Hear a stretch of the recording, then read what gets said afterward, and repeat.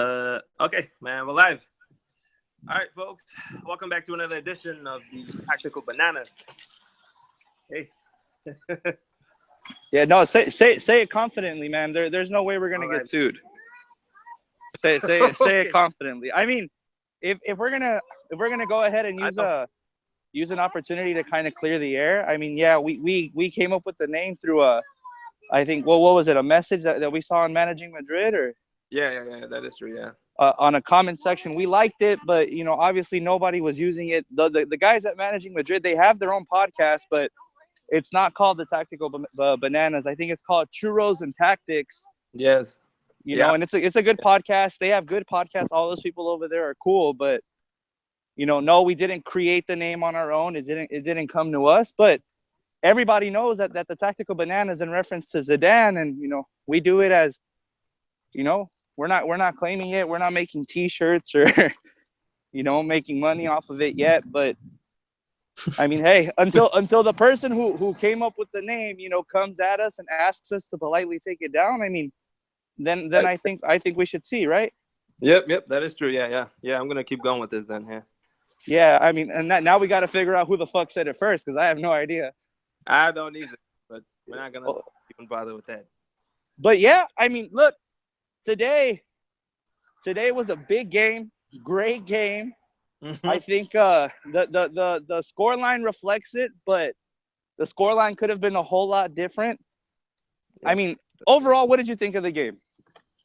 Overall, I think it was good, despite that Cristiano choke from 3 yards out, but that's nothing to look at. He already put 2 in the bag, but overall, it was a good showing. It was a good showing, except for the fact that I'm beginning to notice a trend that's been going on all season, where we score 1 goal and then the entire team just lays off, right, and allows the other guys to continue just coming at us. And I'm like, what the hell?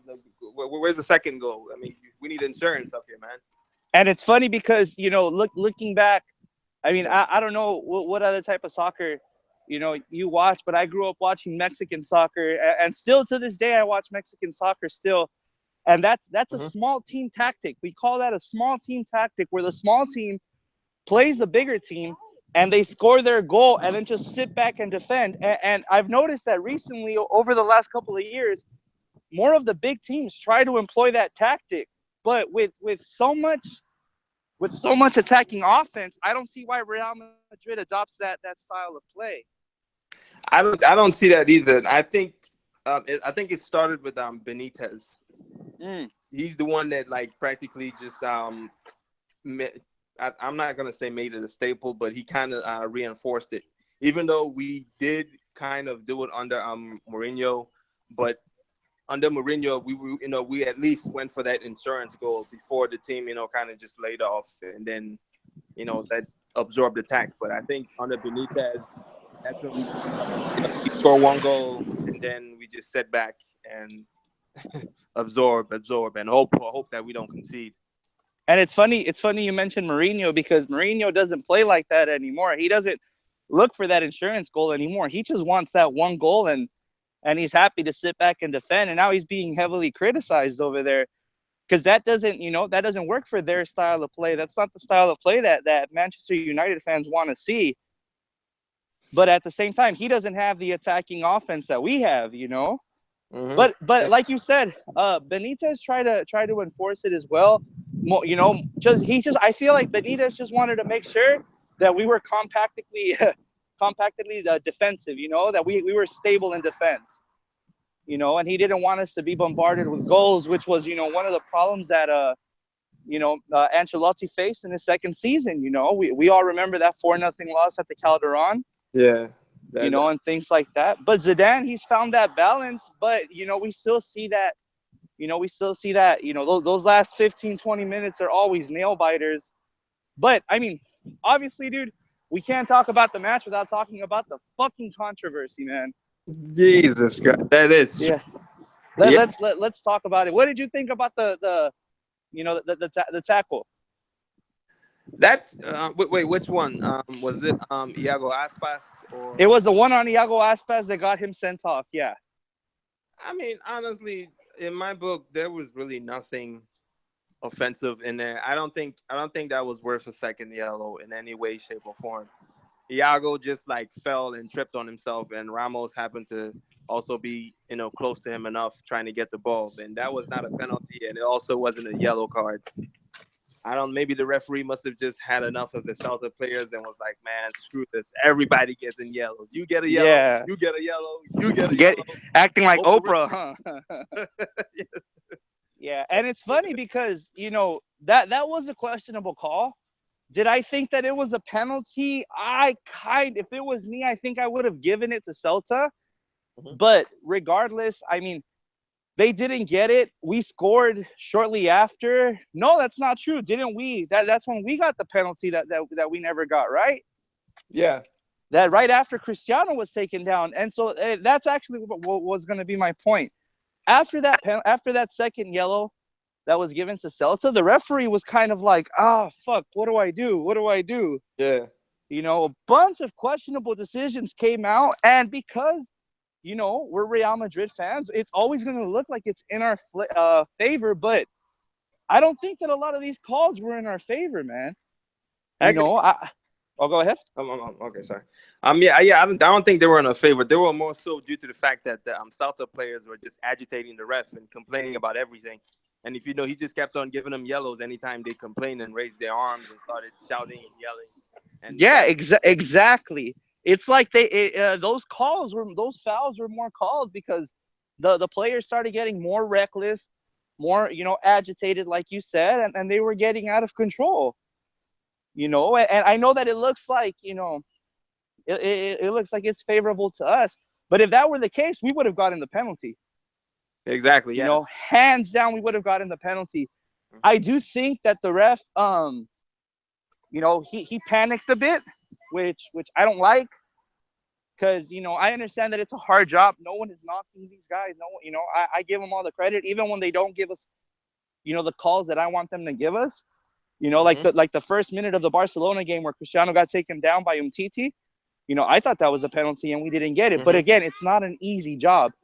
But at the end of the day, I don't think that these kind of decisions should affect the refs. I feel like they should be able to keep a cool and steady mind because there is a lot at stake. That is, yeah. But then again, there's only like a tiny handful of refs that can be calm under that situation when the crowd is chanting and yelling. If you notice, they were chanting something in Spanish that says that's the way Madrid wins.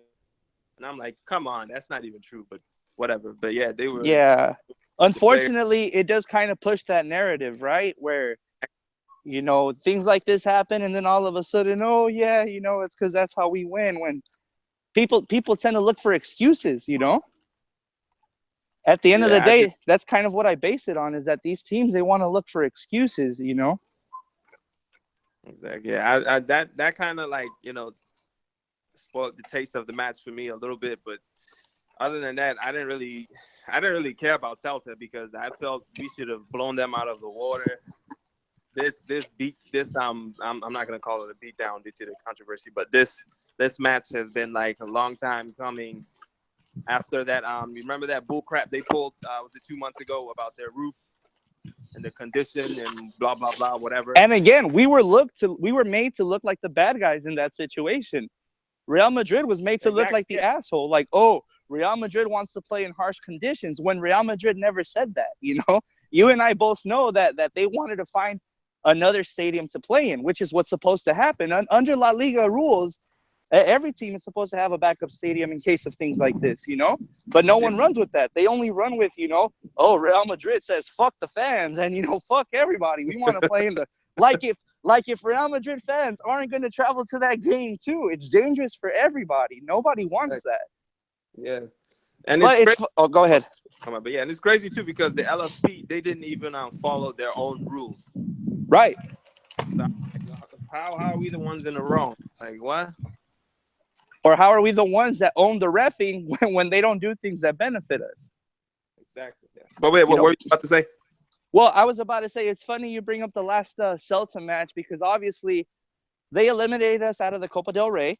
Mm-hmm. We were looking to face them again in the league, Mm-hmm. and that match got pushed to now. Mm-hmm. But everybody kind of had this mentality. Well, all of the fans, at least, where we have to murder Celta.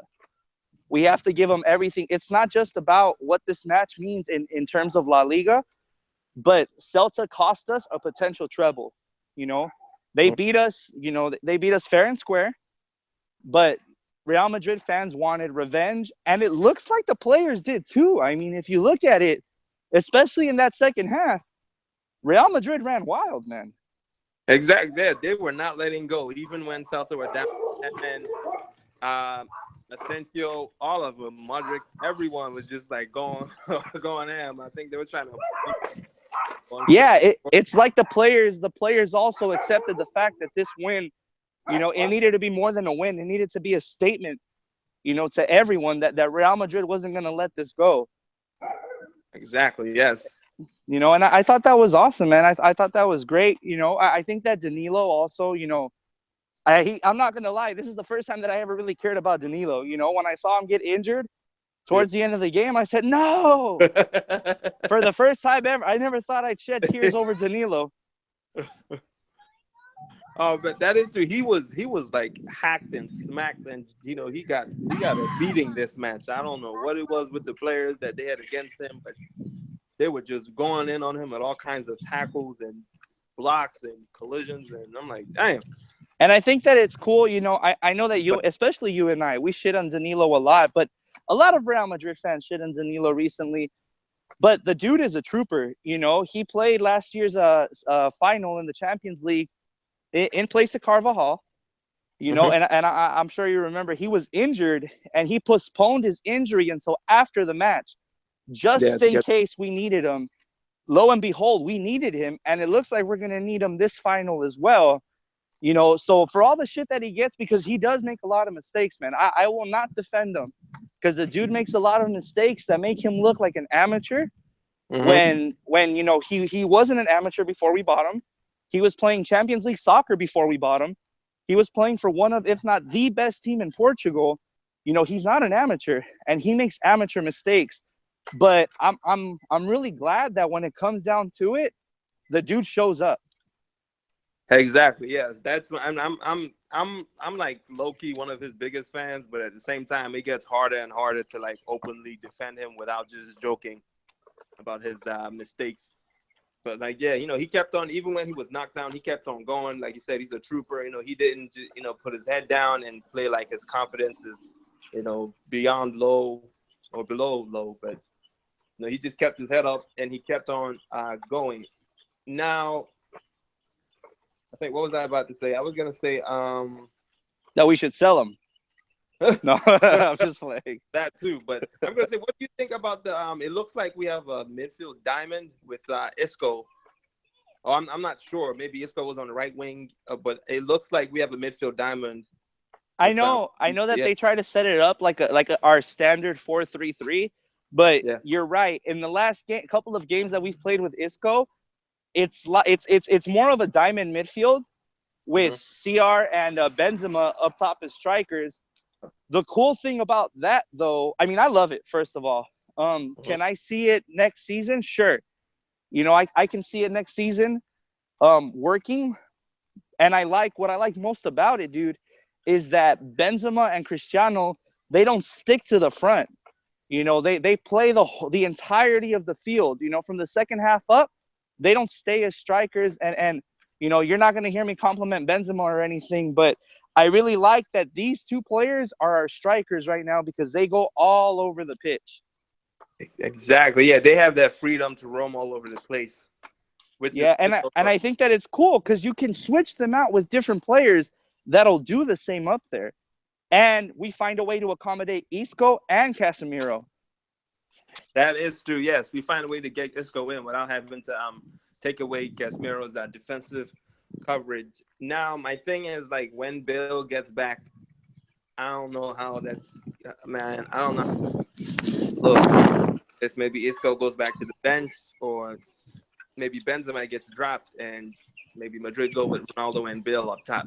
Well, I don't know what you're talking about because Bale can't do nothing. He's going to be in Manchester. What the fuck? No, I mean, like, when he gets back. When he gets back, we're sending him to fucking Mourinho, dude. Bye. Oh, Yeah, fuck that. that is. No, you can get to step, and we'll even send him with the crutches that he's gonna need in a few months, anyways. No, I know what you mean, man, and unfortunately, that applies to James as well. You know, we He's gone. we can only accommodate one player. And it's not really accommodating because, like you said, we're only doing it because Bale is out. So I think what we've learned, and I'm glad you brought this up, because with that diamond midfield, what that establishes for us is that there is a future for Real Madrid with Isco in the lineup. That You is. know, that's what the diamond midfield shows me. The problem is that we have a lot of players that accommodate the 4-3-3. Mm-hmm. So obviously Bale has to go. James, as much as I'd like him to stay, I doubt he stays, especially for that money that you told me they're offering for him. That's a good return. Not perfect, but that's a good return. So if we can only salvage one player, I'm glad we can salvage Isco. Yeah, I don't think I don't think James, he's not staying at all, because Sky Sports, they just reported, was it 2-3 days ago, that Madrid are actually trying to get sell James. So and they are like one of the most reliable sources, Yeah, you're as right. opposed to usual ASMR garbage. But yeah, the James is out, so that means Isco is going to stay. More room for Asensio and Vasquez, Kovacic. Yeah, I mean, at the end of the day, we're not losing a whole bunch. The one person I don't want to lose is Morata. If we're gonna lose Bale, so be it. If we're gonna lose James, that sucks, man. But life goes on. I don't want this team to go on without Morata, because I don't want to use the money that we're gonna get from James and Bale's transfer to buy $100 million striker. That is also true. But then again, I don't know, man. You gotta, like I said, you have to look at Morata. I mean, he was benched at Juve by Dybala, and he comes back to Madrid again and is still riding the bench, even though he's been good against those average teams. Right. And at some point, he's been in better form than Benzema. But if, in case you haven't noticed, he tends to be very, very clumsy, and he's like, what, 25? Yeah. So I can understand why Madrid not want to keep him, or eager to keep him and continue to just go with Benzema. Like I said, he's not going to get any better at his age. And speaking of the 100 million striker, it makes sense when you think of Benzema's age, and the 100 million striker probably being Mbappe, who was like 18. So if Benzema gets phased out properly or sold, then yes, it will make sense to sell, to bring in that striker. But then again, I'd rather, like I said, I'd rather use what we have. Morata hasn't been given a fair chance at Yeah. all in any of his stays with the first team. He hasn't. Benzema has always been a preferred choice, but I'd rather use what we have. See where that goes. If it doesn't pan out, then yeah, you can let him go to Chelsea or Shanghai, because I heard he was offered 35 million a year to go with China. Yeah. No, What yeah. do you think? Well, I mean, I would like to keep Morata, like you said. Give him at least one season, as a lone striker or alongside Cristiano. See how it works out. Give him his chance. The problem with buying Mbappe for me, even though he's a fucking stud, I mean, during the halftime they showed his goal. Did you Uh-huh. see his goal? Yeah, yes, I did. Oh, Yes. dude, that dude is an animal. But the problem is that if I'm gonna pay, well, not me, but if the team is gonna pay 100 million for a striker, he better fucking start, man. If you think that the Madrid fans were going nuts when Morata wasn't starting, imagine spending 100 million euros on a player who's playing back up to Benzema. Yeah. We have very little patience as Real Madrid fans. We have very, very little patience, and we want things done now. Like if Zidane is reading our fucking tweets and whatever. And I think that buying Exactly. Mbappe for the price tag that they're selling him for and not starting him is going to be frustrating to a whole lot of people, man, not just the fans. Exactly. If Mbappe comes, Benzema gotta go. Morata too, and probably Mariano maybe gotta go. Or maybe we can keep one of them for primarily just solely backup. No, no, I don't care if they cry about starting and I'm the coach. You're gone like January. Yeah. Shoot. Yeah, I'm not hearing that nonsense. But like, yeah, if Mbappe does come, Benzema gotta go. He got to go. I would like to see. I'm not gonna lie. I would like to see everybody stay for another season and be properly alternated on the possibility that we go for the treble. I think that with proper rotation, I think with the depth that we have, I think that it's fully possible for us to go for the treble. Mm-hmm. And I think that, I'm not gonna lie and pretend, well, if it was me, that's what I would do. I understand if these players want to be starters. I understand that these players can be starters on any other team in the world. But I think that if they come together and realize, because it's not only that we have a lot of players, we have a lot of Spanish players. Yeah, we do. And I think that that's something that we haven't really had before. So I feel like if we keep this depth and if everybody stays, and is properly rotated, I think next season we have a big opportunity to go for the treble. Or what do you think? You think that they're not gonna go for that? Of course, Madrid. It's a norm at this point for Madrid to always challenge for every available trophy. As far as everyone staying, I don't think so. I think people like James and Morata, they're too young to continue to live out the rest of their contracts on the bench. Staring at the grass. I think they need to go. Considering that, I think the club is going to bring back Lorente and Vallejo from next season. Even though Vallejo right now is injured and his season is practically done. But yeah, they're going to bring them back, which means more Spanish players and also, youth product. And I'm going to sidetrack a little, but in case you didn't know, was Lorente got, what is it, MVP for Alaves. Best player Nice. of this season. Crazy. On first season on loan, man. Crazy. Already in the Copa del Rey final, so that bodes well for his future. But yeah, club is gonna bring them back next season, which means Yeah. people gotta go to make space. We can't hog all of them up. But yeah. No, yeah, you're right, man. And unfortunately, I guess that's the reality, right? Uh-huh. I don't want to see, because I almost find it impossible to sell. If we have James, Benzema, and Bale, I firmly believe that at least 2 or 3 players are going to leave our team this season. We're going to Yeah. make a lot of money, and I don't see the team not purchasing another player. Yeah. If they purchase them out of desperation, when they haven't sold anyone, imagine when they sell 2 of their biggest players for a shitload of money. That would be crazy. That would be crazy. But I think it's probably going to be more than 2 players leaving this summer. Coentrao or Quintrao, whatever his name is, he's practically as good as gone. Seeing as maybe Theo may be coming in. There's nothing been announced about that. So is James and probably Morata and probably Mariano too is going to leave. And I think that'll probably be it because Isco could be set to sign a contract extension. But that's a lot of money that we're gonna make, man. I feel like it almost makes it a fact that we're gonna buy Mbappe like that. Yeah, but yeah, yeah. If someone he's gonna pay for himself. Right. The transfer is gonna pay for itself, man. We're gonna offload these players. None of them is gonna go for cheap, because they're all quality players.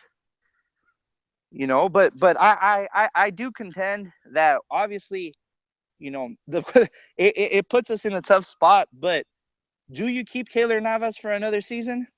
Yeah, he definitely has another good season or 2 with him. He definitely does. I'm not really into the David De Gea hype because he's young and Spanish, and he's one of the best in the world. So we should go get him. Not really into that. I wouldn't mind that kid from AC Milan coming in, because then we wouldn't have to worry about a goalie for another 10, 15 years. Mm-hmm. speaking on the transfers, if we do sell people, make a lot of money, I just hope that the player that is coming in is not Eden Hazard by any means. That's one of the dudes that we do not freaking need at all in Madrid. No, if we're selling players that are better than him, why the hell are we gonna buy him? Exactly. Yeah. With the money that we get from better players. Yeah, I don't see the point. I don't see the point in that. We have a younger Asensio who can be as good, if not better, than Hazard, as time goes on in his development. But yeah, I just hope he doesn't come here because that would be an unnecessary signing, and that would just complicate things for Zidane. And in case you didn't know, I think Zidane's contract is about to be up with Oh, someone's getting a raise. Yeah, he. I think maybe he has one more season left, but I'm not sure. But the club has offered him another 2 more years because he signed on for like 2 seasons and a half contract for when he came in January, and I think next season is going to be his last season if he doesn't sign a contract extension. But I think it's crazy that he was the B team coach while Rafa Benitez was in charge. And I don't know if you remember, he finished Benitez's season without a pay raise. He finished the season without a pay raise and started the new season, I think, making the due money. But the dude is a trooper. I mean, he's done nothing but great things. And, I know that there have been rumors about us, scouting new managers, maybe Joachim Low from Germany, and things like that. But do you think that buying, getting another manager like that, what do you think that means for Zidane? Because he's not going back to the fucking B team. At this point, if I'm probably gonna save this, but at this point, it depends. If Zidane ends up winning the Champions League and La Liga, if we get another manager, he can practically just go to like any other team. I'm sure that there's like a handful of top teams that will be willing to give him full control of their team. And this Madrid has practically made his career as a manager already in like 5 months due to the Champions League and the other trophies that followed. So yeah, but I would argue that he's done almost as much for Madrid as a manager. Yes, he has. Yes, he has. And it's looking more and more. To me, in my opinion, he's looking like the complete manager. At first, it looked like he didn't know what he's doing, but the way right, the way he's rotating the players and the way the tactics are beginning to unfold, and the way our guys are like keeping possession without trying to look like a depreciated form of like Barca or something. It is beautiful to watch at this point in the season. But yeah, because we've seen managers, win us titles but still lose their jobs because they weren't playing the way that Real Madrid was supposed to play. I think back to Fabio Capello, to Bernd Schuster, managers that won us the trophies, but they left and because they weren't performing the way that the fans and the board wanted them to perform. And like you mentioned, Zidane does so many things well, but I think one of the things that he does the best is he lights a fire under these players' asses, man. Yeah, he has very great man management skills to be able to get players like Ronaldo and Cole to come off the pitch, substitutions, and get rested for games, and not cause like a media shitstorm on why I deserve to play every minute. I'm the best in the world. Blah blah blah. Nah, I don't know what he's telling them. I don't know what he's giving them on the side, but whatever it is, he needs to keep it up because the team is in good spirits. Everyone is whenever they're called upon, they have performed because they've been given enough minutes to stay informed, which also helps them, when they get on the pitch, even when they haven't played in like 2 months. Look at Asensio too. Remember, was it like 2 months ago? He used to practically just not make the list, but then when he comes on versus Munich, he's like, on fire. Yeah, I'm like, yeah, damn, I don't know what's going on behind it. And speaking of getting a new manager, I honestly do not want Joachim Low at this club. Dude is just nasty. One of the dirtiest, filthiest managers to ever coach football. Because when you said his name, I just remembered, was it the 2014-2010 World Cup, where he was picking his nose and then he ate it. And I'm like, ugh, Christ. And they caught it on camera too. Filthy, filthy. There's nothing wrong with that, homie. Nah, I That's can't. I can't do all it. right. Yeah, that's gross. What? No, yeah, I understand, man. I think that at the end of the day, losing Zidane would just be such a pain in the ass for this club, especially considering what we've done with him. Uh-huh. But after it's all said and done, man, we're one game away. We're one game away from this trophy. Indeed, yeah. I honestly can't wait to the Malaga game. I don't know. They'll probably play like prime Barca from '09 versus you know how especially Kameni, he's probably going to be in God mode as usual. And anytime he plays Madrid and Barca, he makes all these insane, unseen, unstoppable saves where it looks like nothing can get past him. No, I know, and that's the biggest that's the biggest concern that we have. This isn't a team that's going to roll over for us. But hey, man, neither was Sevilla and neither was Celta. And that's what I like about this game. Not only does the win today kind of relieve some pressure off of us, but at the end, I'm not worried about the team over there going over there and facing a loss. Anything can happen, but the way that this team has been playing, man, the way that this team has been performing, I have nothing but confidence heading into the final round. Me too. I have nothing but confidence either. And yeah, Nato's yellow has been overturned. He could have played today, but practically to just keep things safe. Yeah, Florentino did it again, man. Exactly. Yeah, Uncle Flo. Those checks cleared easy. Damn right. Those checks direct deposit right off the bat. Hell yeah. No bouncing checks. Everything smooth. Uncle Flo. But you know what, man? Another thing that's interesting is we're heading into this final match, man, and for the most part, everybody's healthy, everybody's ready to go. Pepe, he's been on and off, but I would kind of give his age, his age. I would make that the biggest factor in him having a long time off. Bale, what can you say about Bale? We've already gone over that plenty of times. Mm-hmm. And Coentrao, even though we're not planning on keeping him, for the most part. Yeah, Glass, Mr. Glass himself. Well, but we've finished a season without any major injuries. And we have some of the best players in the world, man. People often talk about, the team, the Real Madrid of the 60s and the Real Madrid of the early 2000s, and they all come in eras, Mm-hmm. And if you look at it, we're really building an era here as a team. Real Madrid has a team that's dominating the world in every sense of the word, man. Yeah, and we have the trophies to show it too. Yeah, and the quality in the players that we have, it's incredible, man. I can't think of another team that has the depth that we do. There's none, practically none. And I think it's going to lay the ground for some incredible runs in the future, because like you said, it's not only what we have on the pitch, it's what we have on the bench. So things are looking really, really good for us, man. Yes. We're in the CL final. We have, we're very close to winning the La Liga title. And so far, we have not choked, like we normally do.